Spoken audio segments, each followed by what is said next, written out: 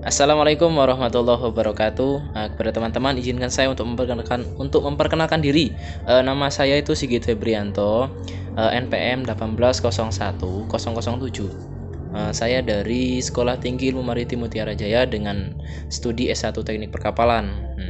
Di sini saya akan menerangkan sedikit uh, ilmu mengenai K3 yang diampu oleh dosen kami, yaitu Ibu Arsilenda.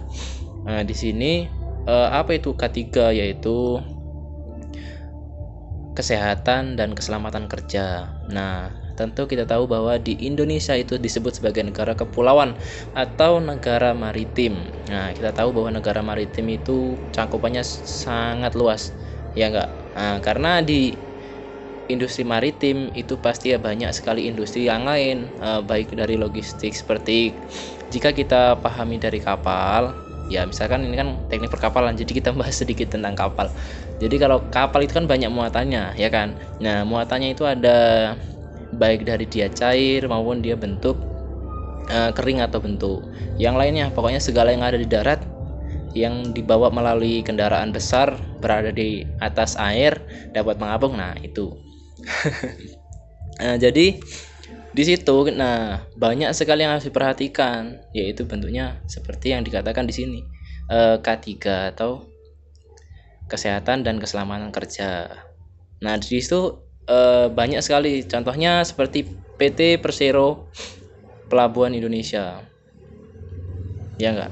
Nah, di situ banyak sekali mereka harus menetapkan standar kerja. Nah, di situ kan banyak sekali, seperti jika di kapal kita harus banyak sekali persiapan keselamatan. Nah, kalau di darat bagaimana? Kalau di darat itu kita harus yang disediakan oleh apa namanya? Oleh PT atau perseroan terbatas itu, contohnya dia harus mematuhi peraturan, harus menggunakan APD. Apa itu APD? Nah, itu loh.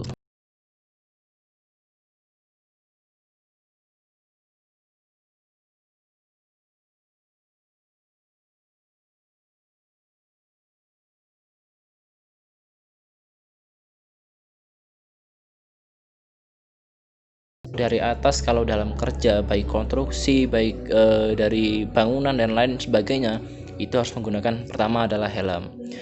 Untuk apa? Agar mengantisipasi terjadinya kecelakaan yang tiba-tiba, karena kecelakaan di industrial itu tidak dapat kita kita tidak dapat kita tahan, dan kita tidak dapat kita gimana lah gitu ya, kita harus tahu lah.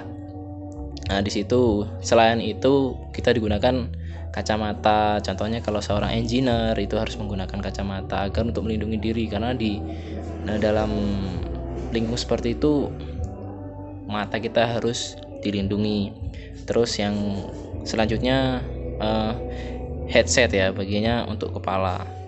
Untuk kalau misalkan suara mesin itu keras atau suara di industri itu sangat keras, pasti kita menggunakan headset. Untuk apa ya? Untuk agar telinga kita terjaga dari kerasnya suara di situ atau kebisingan di situ. Selanjutnya apa? Masker. Masker ini berfungsi banyak ya. Selain untuk mengurangi sirkulasi udara kita agak ngap, ya kan, tapi kan di situ banyak sekali yang melindungi kita. Contohnya kalau di industri atau di pelabuhan itu banyak sekali debu. Nah, itu dapat menangkal debu, jadi kesehatan kita terjaga. Selanjutnya apa? Ada alat pelindung diri lainnya adalah jaket. Biasanya pakai jaket. Nah, terus APD lengkap yang baju spare part gitu ya. Ya apa itulah pokoknya ya, baju spare part apa. Nah, di situ lebih biasanya ada banyak sekali ciri-cirinya. Kalau warnanya ada, misalkan seorang visitor atau pengunjung itu diberikan warna sendiri, terus ada seorang engineer warnanya sendiri. Nah, gitu loh. Nah, selanjutnya pasti digunakan adalah sarung tangan. Terus ada juga namanya sepatu khusus. Kalau di industri seperti itu harus menggunakan sepatu khusus. Kita nggak boleh menggunakan sepatu yang seperti kita untuk main, tapi kita di situ disediakan sepatu khusus. Juga ada body harness Ya, di situ banyak sekali. Contohnya kalau kita mau mengoperasikan kendaraan yang tidak yang sangat jauh dengan daratan. Contohnya kita menggunakan kren, itu kita harus menggunakan body harness.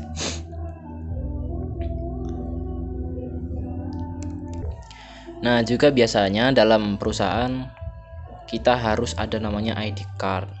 Itu untuk mengetahui ya. Jadi biar jelas siapa yang datang di satu PT ya. Misalkan datang gitu kan, dia itu siapa kan kita tahu. Jadi dari ID card-nya. Mungkin sekian yang dapat saya sampaikan. Atas kekurang nyamanan atau kurang baiknya ya mohon maaf yang sebesar-besarnya, dan saya akhiri. Wassalamualaikum warahmatullahi wabarakatuh.